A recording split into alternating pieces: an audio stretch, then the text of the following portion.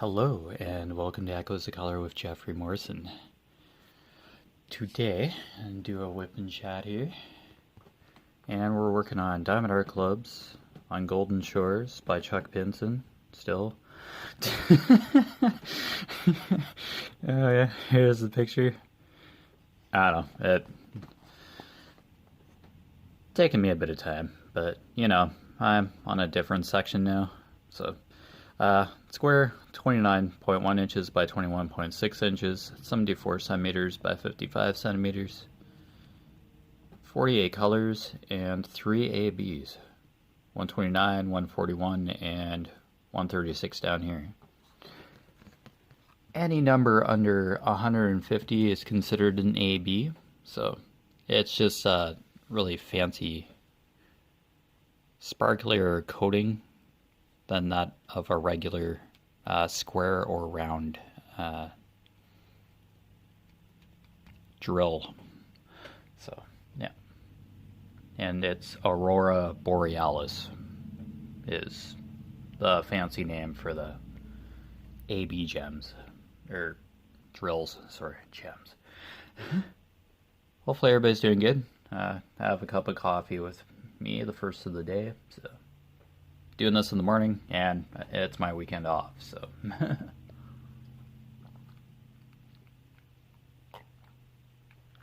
Just slurp some coffee down and just dive right into it. We're back on the beach. There's kind of sand here, and there's like a dock right around here. So basically have a good swath of area right here that I kind of cordoned off, as I usually do with any canvas. So yeah, there's kind of three, or are those rocks? I think these are birds, and that might be a bird too. I don't know. Birds of some sort, anyway. And some foliage and stuff down here. Yeah, this is definitely sand though. So, yeah, a beach, water, dock, a boat. Yeah, and some foliage up here. But yeah, that's kind of off color. Okay, it kind of looks like three birds in the camera view. Yeah, here. So I'll just go with that. Okay. 3864. If you haven't seen a whip and chat before, this is the diamond pen applicator pen that was given to me as a gift. So pretty cool. I already forget the name of the company, but it's in my previous whip and chat, which was number 51. Yeah, I showed it at number 51. So here you go. It's beautiful. It's acrylic. I believe it's acrylic. Yeah, it looks like it would be heavy, but has a bit of weight to it, but it's sturdy, feels great in the hand, and yeah, it's comfortable to use. So this is my one fancy pen, and it has a straightener on the back end there. So yeah, and that's really nice. So I do appreciate having a fancy pen. So yeah, there you go.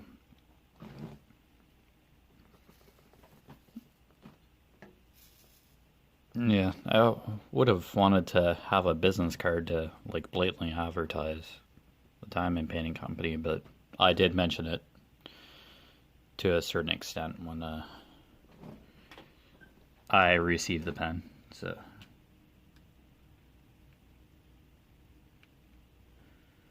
all right, so still working on the beach here. 3864. Okay. Yeah, it's this color here. So let's continue along. kind of try to do row by row here. Wherever I was. Must have been going all over the place here. Oh, excuse me. Alright.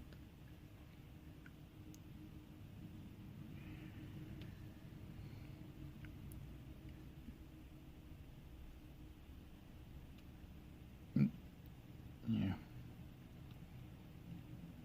Yeah, I've always been a single placer, so yeah. I could get the square drills or round drills crooked or play strong if I wasn't even trying. But yeah, it's all good.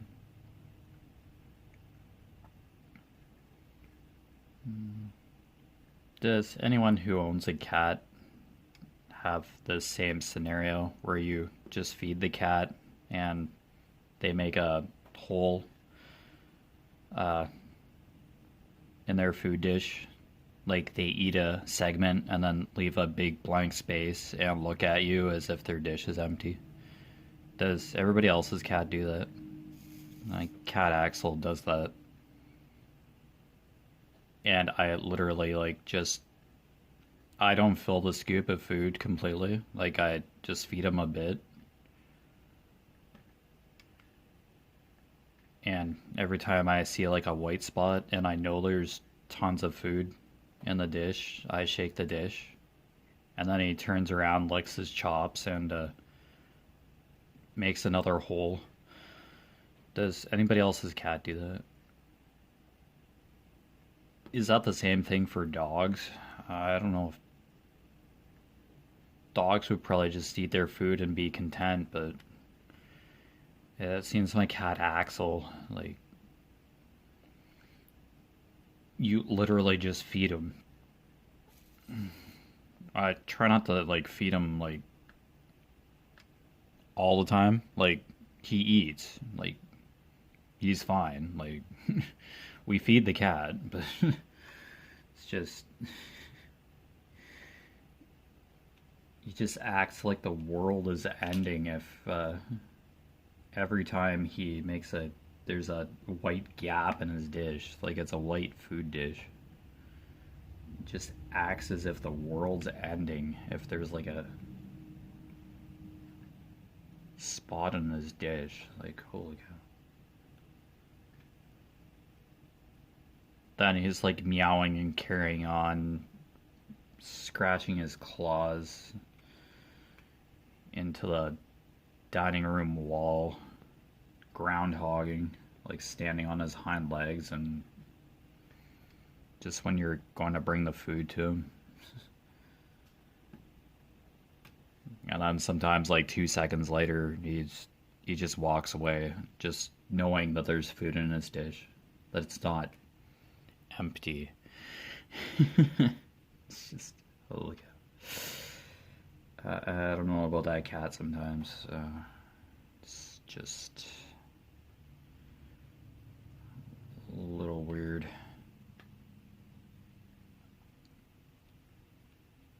Yeah, it's pretty much an overcast day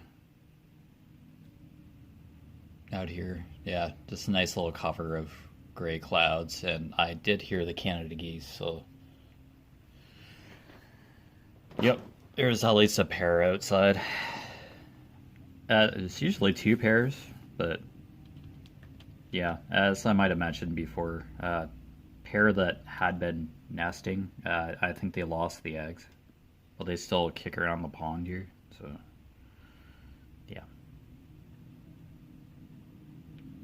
I don't know, my dad must have noticed that the eggs were gone or something when he was cutting the lawn, or something. I'm not sure.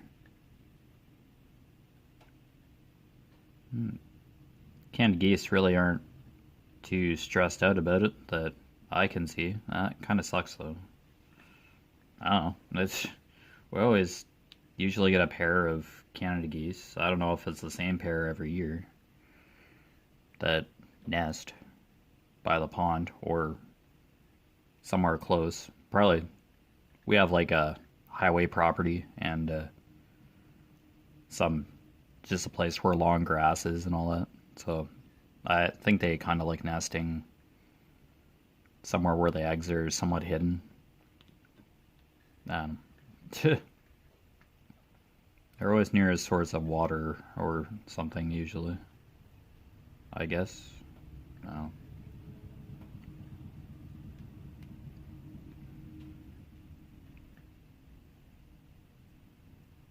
But I guess just life goes on, even if their eggs are gone. But possibility, I don't know.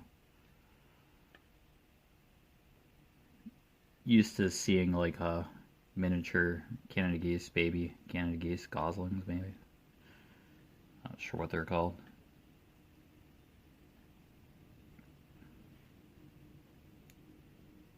Usually around this time, heading towards May. It's usually miniature Canada geese, smaller, not fully grown. You get the idea. Usually around, but not this year, I guess. So I wouldn't be surprised if we have foxes or some sort of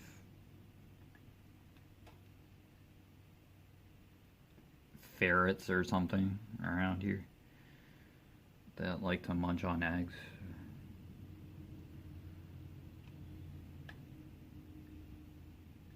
Yeah, we get foxes around here. Yeah, there are a couple homeowners just outside town here that live in what you consider the country, I guess. They're just outside of town that own a few chickens, and I literally have seen a fox with a chicken in its mouth running to its den on my way home from work one day. So that's the fact of life around here, I guess. Kinda sucks for the chickens, but yeah, I guess foxes have to eat too, and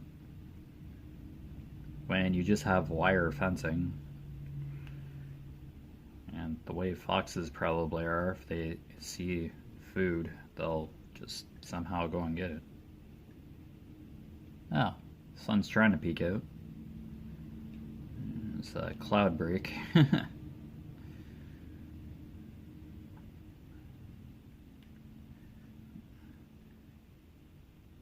Oh, it's quite windy out. And we gotta replace our Canadian flag again. Oh man. We practically live in a wind tunnel. It gets very windy around here. We're surrounded by fields, and we must go through at least 4 or 5 Canadian flags a year. Fairly easy to get, but I'm not sure around this time. They're not really an essential item, or I don't think they'd really be considered to be an essential item. Yeah, I could probably get one off of Amazon if that was really a thing. Yeah, it's kind of not nice to be hanging a flag of any country and having it damaged. Yeah, I think we do have a replacement flag though. Yeah, I hate seeing that, but yeah, it gets windy around here, and man, flags just, once they get a single tear in them, they just degrade really quick. Have to do it on a less windy day though, because that flag's just whipping straight out in the air there. Oh man, bummer. Yeah. Yeah, to me, it doesn't matter what country a flag is, it's still a symbol of a country, so I kind of, the OCD kind of kicks in when I see a damaged flag. Yeah, and here we are with a damaged flag. Yeah. I'll just try to focus on diamond painting. Just have to acknowledge the fact that we have a torn Canadian flag. Yikes.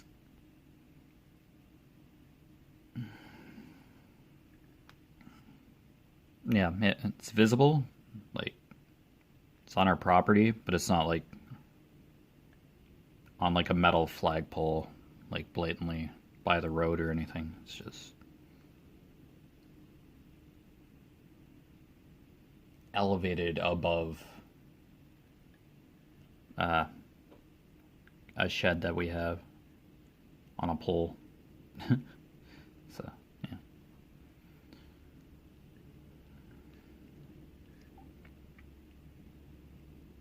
But still, something, flag of that nature, yeah. We really need to replace it. But, you know,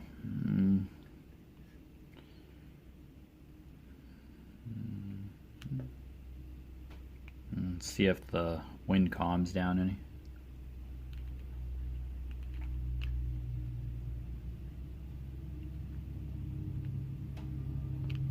My dad's pretty innovative that way. He kind of made that flagpole. So.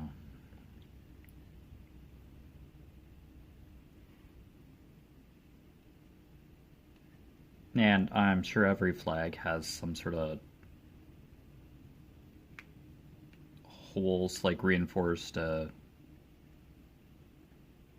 holes sewn into it, so that it can be mounted on a pole with like a rope or something through the holes to hold it into place, or so it can be raised and lowered as necessary. So.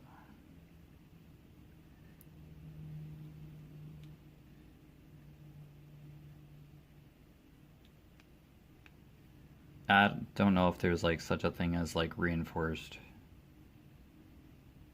flags where you could sew an extra hem or something onto the edges to kind of make the structure of the flag stronger. Because that's what happens to our flag. It just starts fraying at an edge, and then the wind just rips it further.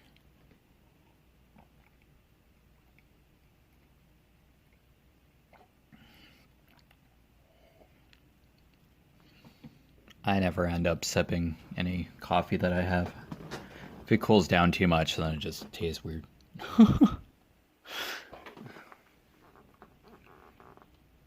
So I just finished the last of my coffee. Morning Joe, slurp, gone.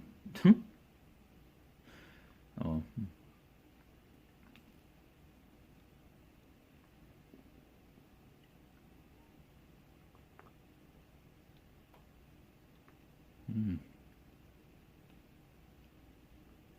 Other than it being like overcast and I had the weekend off this week and torn Canadian flag, it's pretty regular kind of day around here.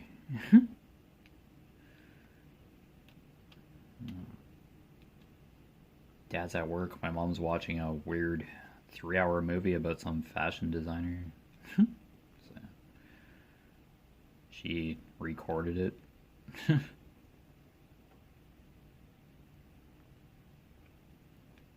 And I'm out here diamond painting, and hopefully I'll slide in some color and chat later. Yeah.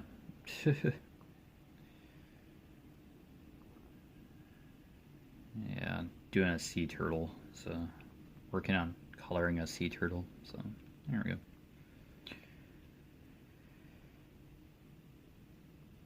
Yeah, I'd love to do like a color and chat and a WIP and chat like every time I record, but yeah, just all depends on what's going on around the house.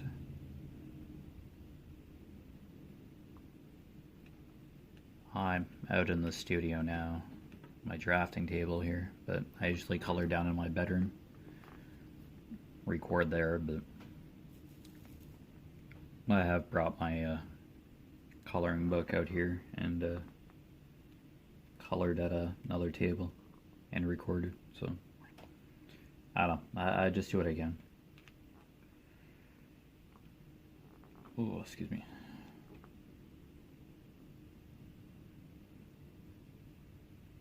Holy cow, there's quite a bit of this color in this section here. Of course, it's a huge section. But, yeah. My cover paper is still sticking to segments of the canvas. It's not easy to pull off.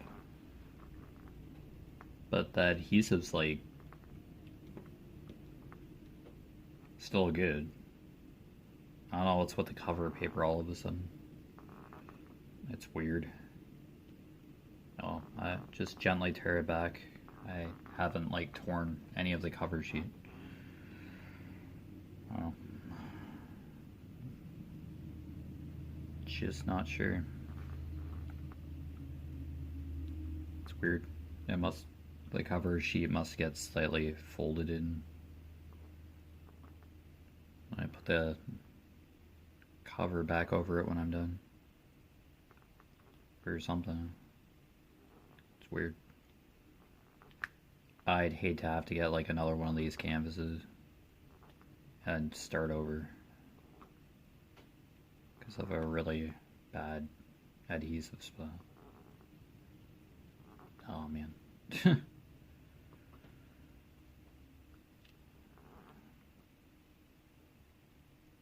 Oh, I just have to be careful of my cover sheet, that's all. I usually just stick with the clear plastic sheets. I don't have any fancy cover paper really. So I know it's available, but I'm not really too used to the opaque cover paper. I kind of like seeing where I am on the canvas. Yeah. But hey, that's just me. There are probably sheets of cover paper out there that are opaque and available in like rectangles or something, pre-cut rectangles, and you just uncover sections as you go. You just cover it with multiple sheets of the opaque cover paper. But oh, there's the sun, but yeah, it's still cloudy. It's all good. Yeah, jeez. Yeah, my squares aren't exactly straight, but that's okay. Not worried too much.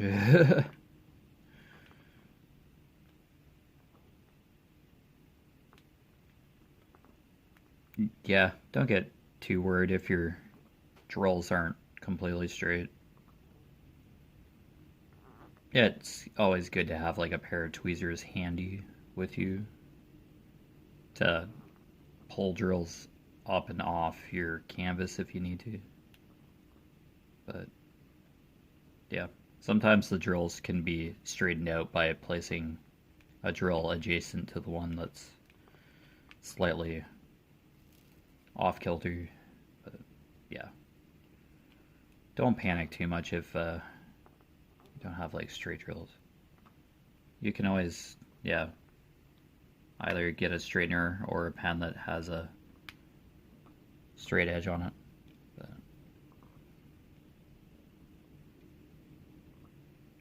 I'm more worried about like drills that pop off of the canvas, even though I know that I blatantly placed them.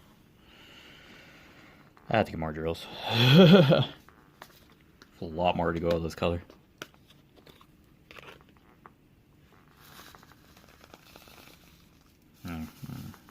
Usually put a lot more onto the tray than I usually need, but It's okay. So I'm not pouring the container or putting that ton on my tray at one time. I could use a bigger drill tray, but because I have to tilt my drafting table for the size of this canvas, it's just easier to hold standard issue Diamond Art Club tray.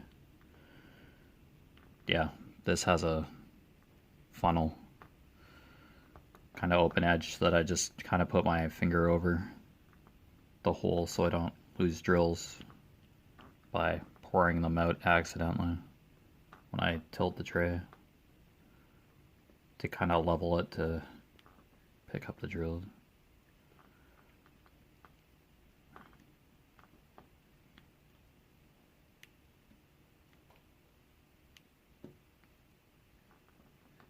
Yeah, if you kind of know that you're going to do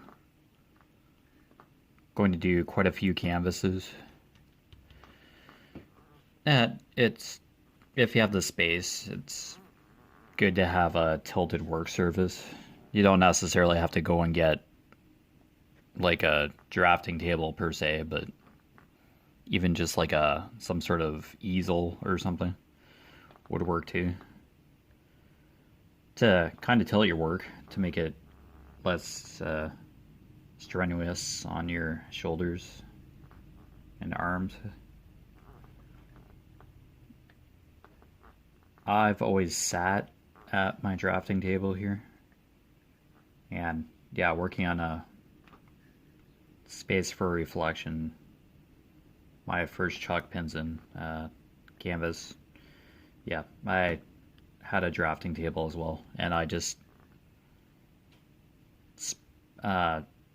unfolded the canvas into segments and had it rolled up.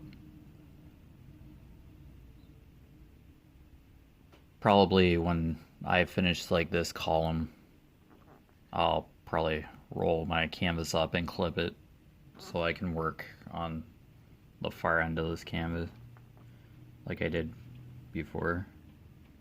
I don't know. I'll see. Yeah, I usually like working in the center of the drafting table here. Usually the best.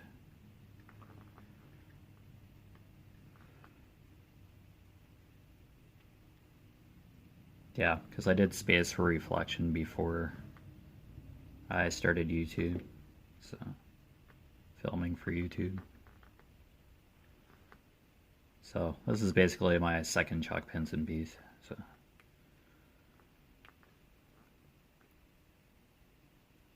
yeah, I'll eventually do a canvas with another artist. I'll do another Diamond Art Club canvas and then try to do like a Dreamers Designs canvas or something.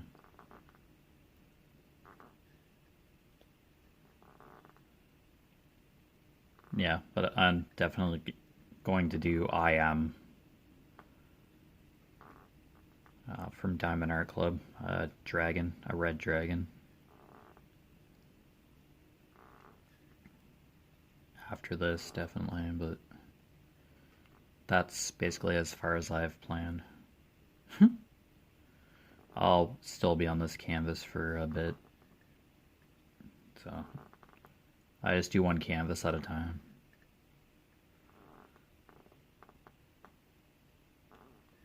And with work and life, yeah, can be kind of tricky to sit down and diamond paint sometimes, but what's important is that you get a segment of time to yourself to do what you personally want to do, craft wise, etc. So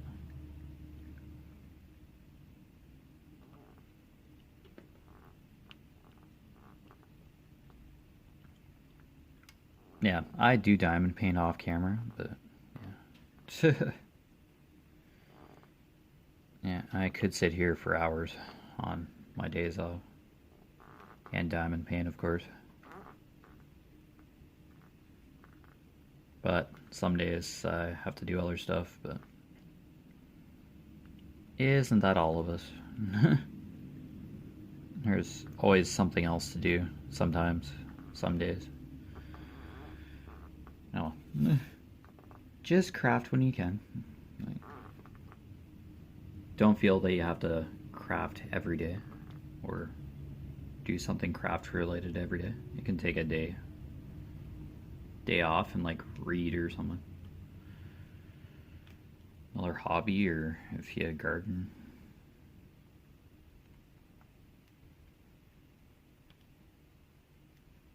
I see gardening as a commitment.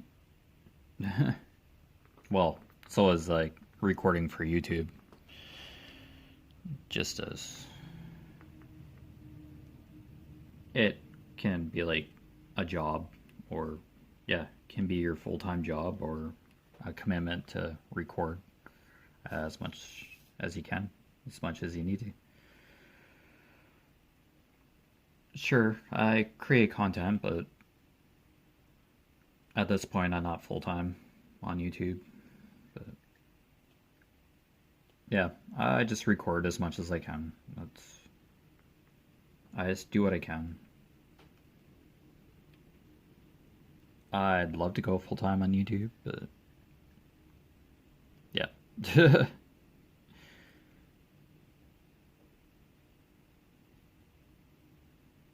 My kind of thought pattern is that if you have a job that can cover your expenses, then yeah, it's what I do full time. But yeah, I'm just going to just keep recording as much as I can and just go from there.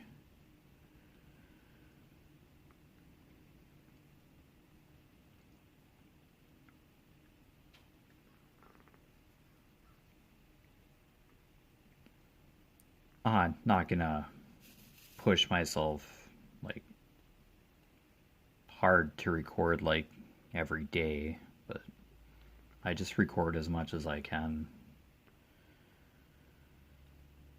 And just having a schedule, a recording schedule would be great, but life can get unpredictable sometimes. I just kind of play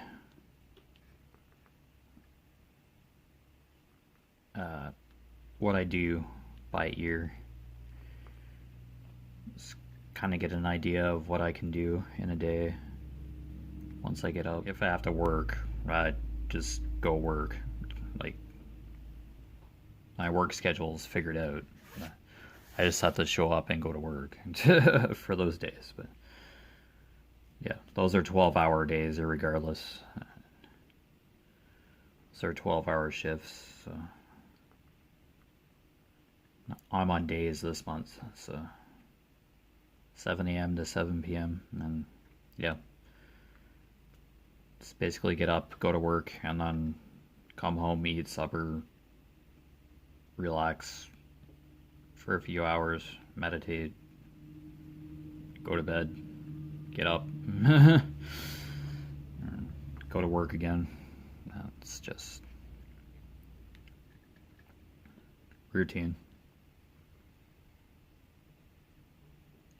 The most I work is like 3 days in a row, like weekends. But yeah, if it is my weekend week, work Monday, Tuesday, and then Friday, Saturday, Sunday. So,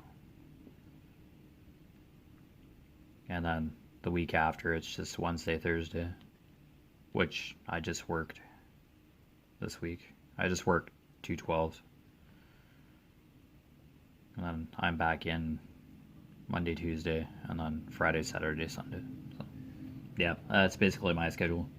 I didn't really notice the pattern. I just wrote down the specific dates, the days that I work. It's just how I note when I'm working.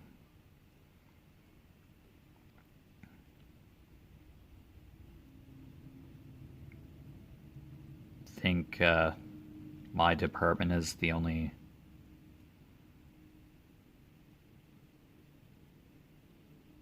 department that does a month of days and a month of nights. It could be another department that does. Eh? Might not be the only.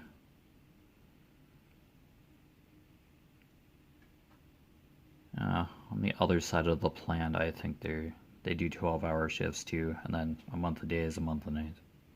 I think. Yeah. But anyway, as long as I know what shifts I'm working, then it's all good.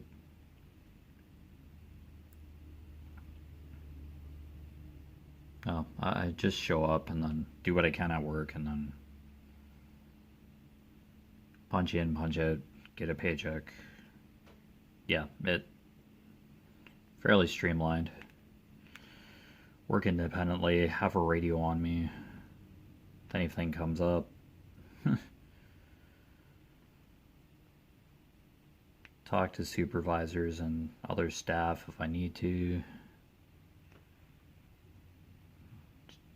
Yeah, just do paperwork, line checks, and all that every hour. Yeah, it's fairly streamlined. I got like a couple weeks training on the job, which was somewhat hands-on, but not for just the way the shifts are scheduled or laid out. That didn't have a great amount of training time. But I don't know. I have like the basic idea of how to run my line, so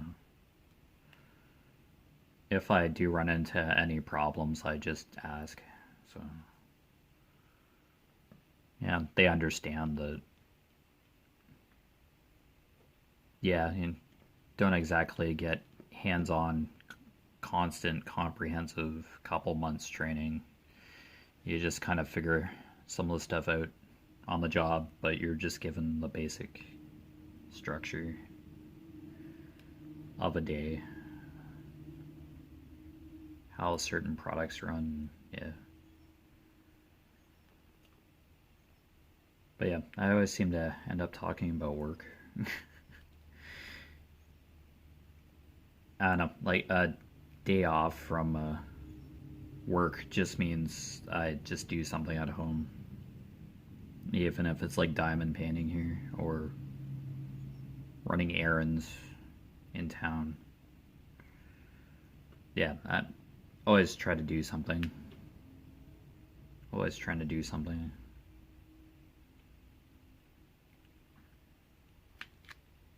Stay productive.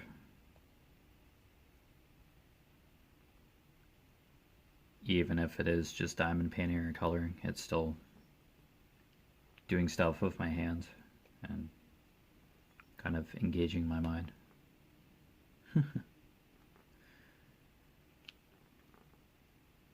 Yeah, I do read the odd time. Just kind of have a couple novels sitting around, and when I get a small segment of time, I read a chapter or so. I don't read constantly, but I can just have a bookmark in a book, leave it for a while, and then just go right back into it. Just start from the page on the left and just continue reading. Just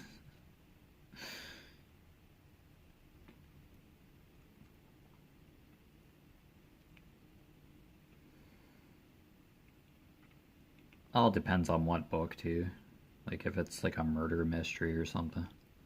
I read the In Death series by J.D. Robb, which is just basically Nora Roberts. Her alter pen name, her alternative pen name for the In Death series. Detective Eve Dallas or whatever.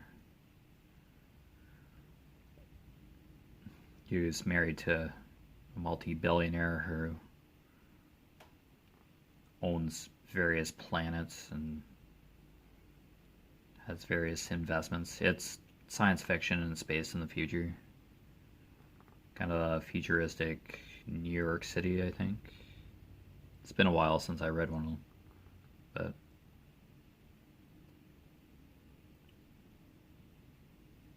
yeah, it's one of the more mature. There's sexual content in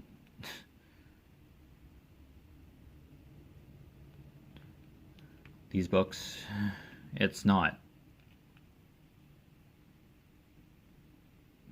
constant sexual content, but there are scenes that feature mature content, or segments of the book rather. It's not like a show or a movie or anything. It's just like a series of books. I don't mind. It's not.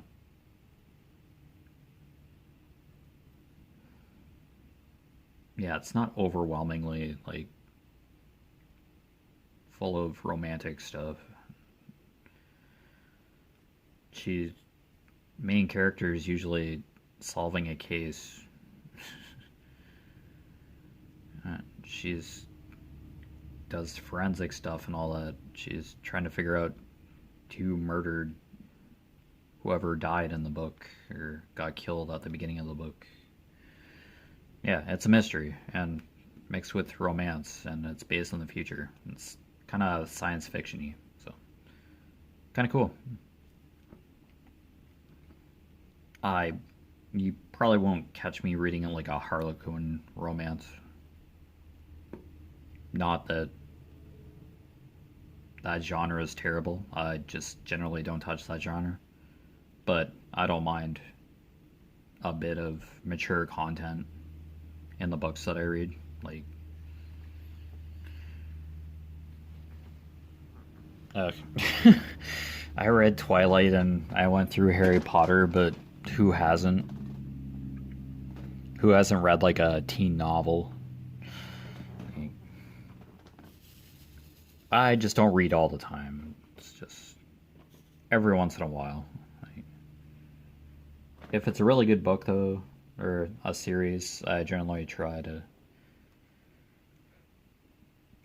get the whole series when I can. But yeah, I don't know. I just don't read every day. Man, that doesn't bother me.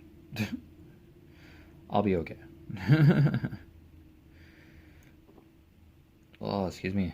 I do word searches every day, though, so I have hundreds of word search books. So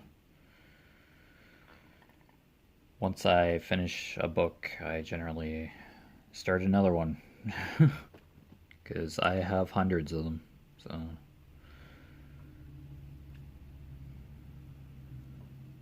So I finish one cover to cover, goes on the recycling box, and I just dive into another one. Do 3 or 4 puzzles in a sitting, and then just close the book and go do something else. Also have a local newspaper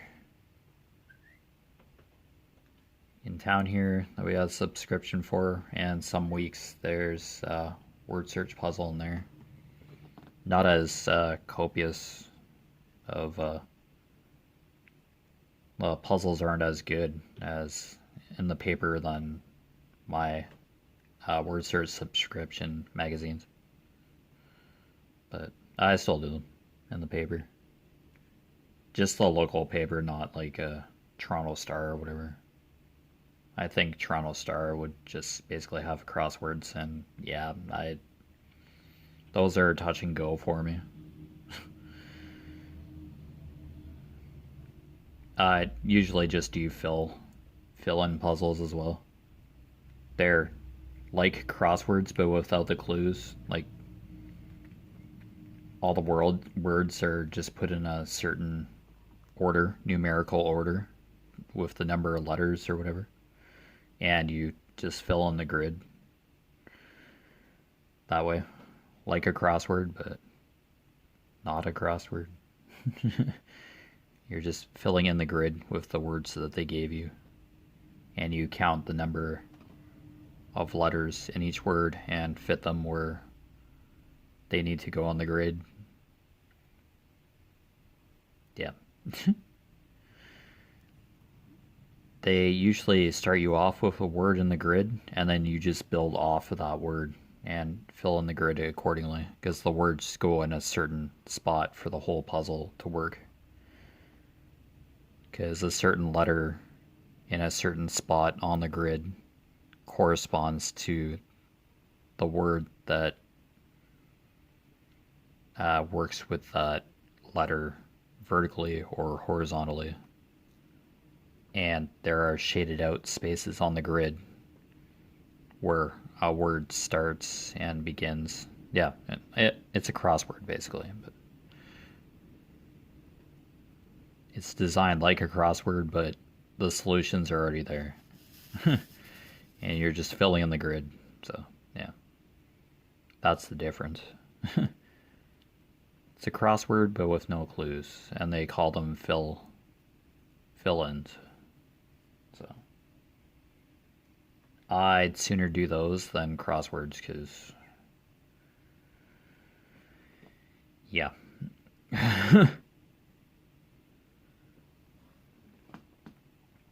It's usually like names of people or certain geographical places and just really obscure short forms of stuff, and it's like abbreviations. You have to know quite a bit or know where to look up certain answers in crosswords. But that probably natural to a lot of people who do tons of crosswords.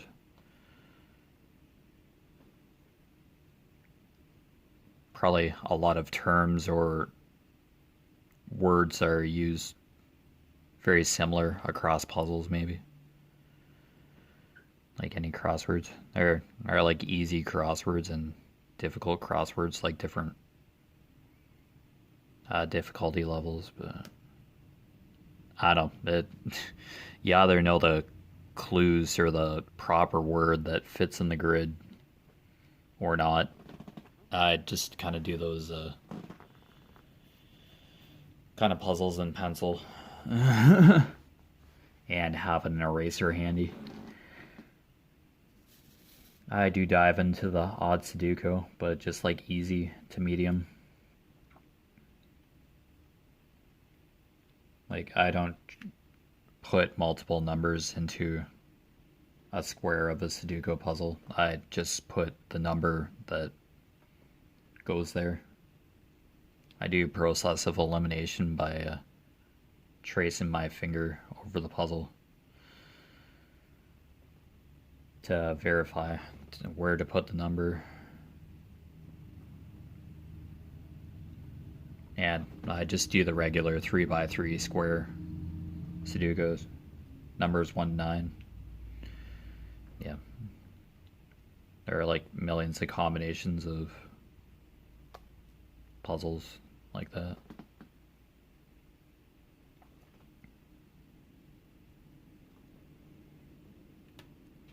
Yeah, I do like keeping my mind engaged.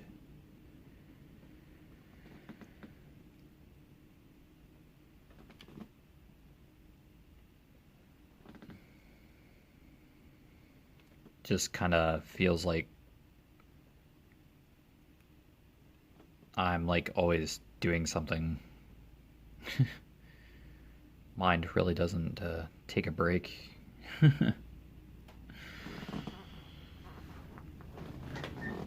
Oh, of course, we're all probably constantly thinking about stuff, and yeah, probably how the mind works, but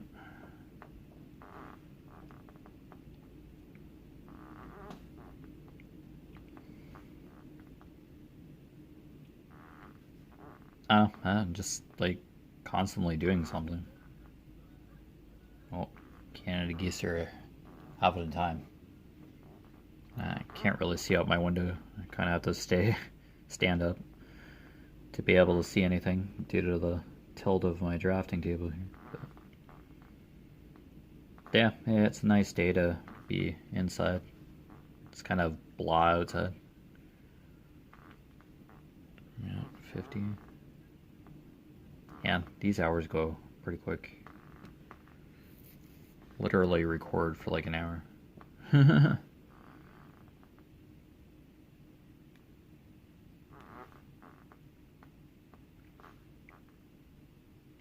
Whether I'm coloring or diamond painting, it's basically an hour. Whip and chat or color and jet. It's just my style.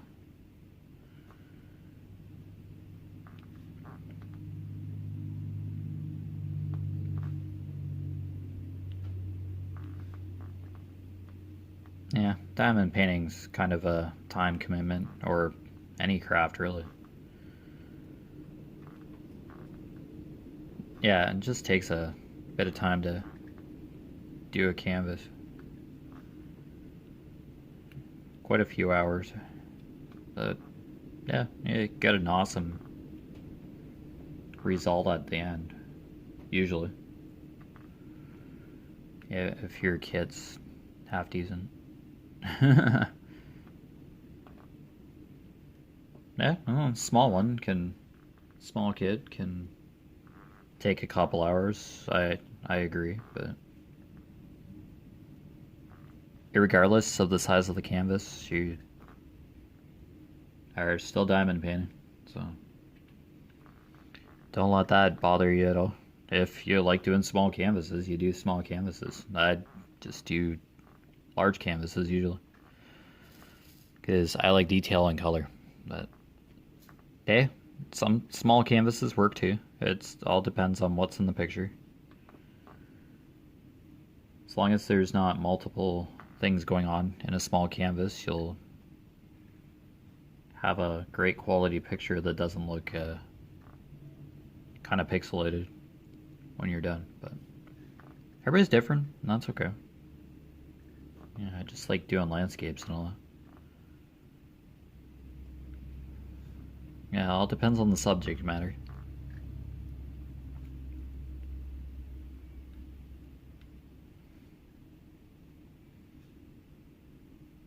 Yeah, if there's something that's meant to be like high detailed in a smaller canvas, it's not going to look as good resolution wise, but sometimes it works. Because you do look at a canvas from a distance usually. Yeah, like this kind of art, diamond art, is usually looked at from a distance. So you can get a better idea of a detail or a part of a canvas when you're standing further away from it. Up close, it just may look pixelated or whatever, but from a distance, then the relationship between the colors and the placement of the drills on the canvas shows the picture the way was meant to be, the way it was meant to be rendered. So yeah, it's all good.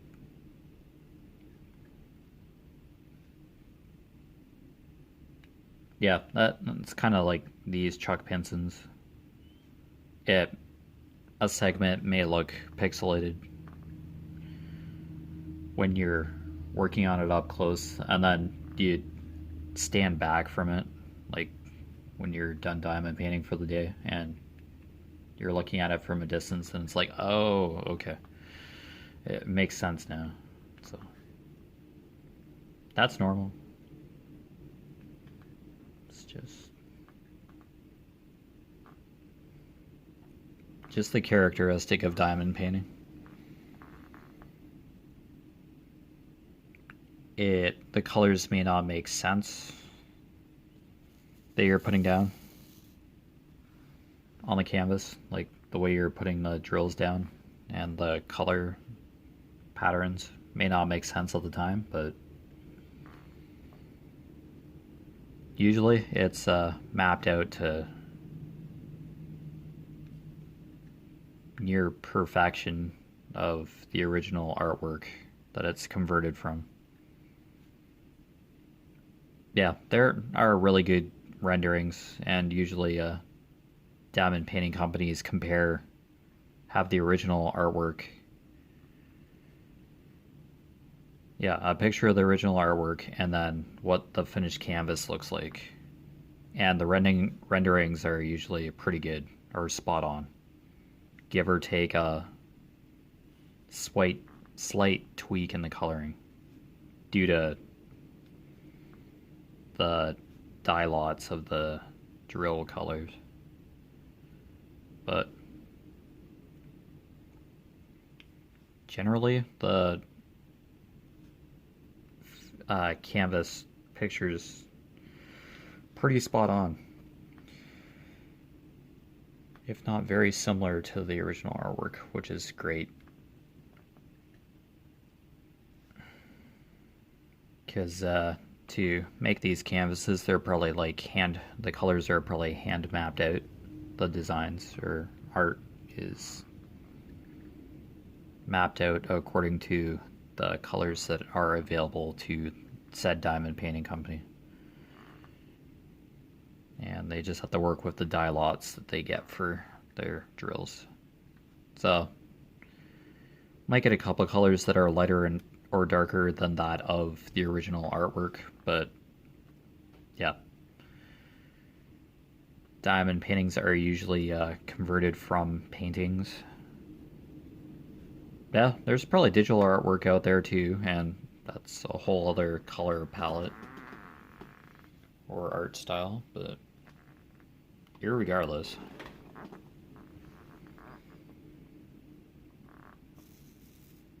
The conversion from original art to diamond painting canvas is usually pretty good as of late. So. And that probably goes with like cross stitching too.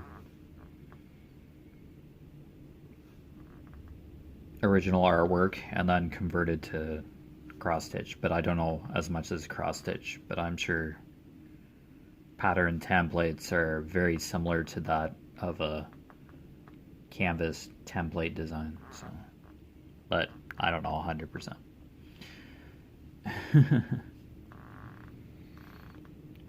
Yeah, I have a couple more minutes, but anyways, you've been watching Echoes of Color with Jeffery Morrison. I always put Facebook profile page down, the link to my companion website, Echoes of Color business page on Facebook as well, and usually my Instagram down in the description below. Yeah, pretty much. Yeah, so you can get into contact with me on Facebook, Instagram. Yeah, just basically me posting progress on my canvases or coloring pages on the companion website on Facebook. Yeah, I update it every now and again, not constantly, but I do a post every now and again. Yeah.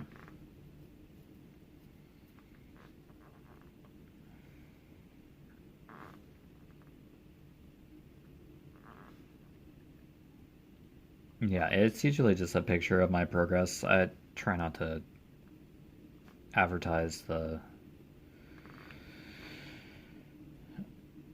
YouTube channel, really, and just, yeah.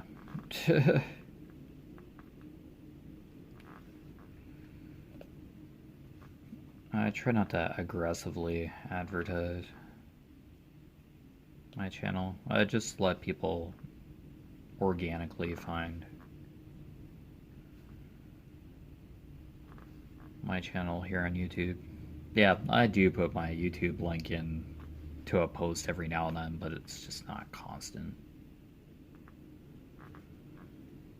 Yeah, there are other YouTube channels out there. Like, there's other content for people to look at too. So, yeah, I'm not the only content creator. So, but yeah, I do like diamond painting and coloring. So, it's basically echoes of color here. So, basically the channel. Coloring and diamond painting, WIP and chats. So, basic structure, 1 hour WIP and chats or color and chats. So, fairly laid back channel. Nothing too fancy. And that's the way I like it. Minimal editing. I don't know. I just produce content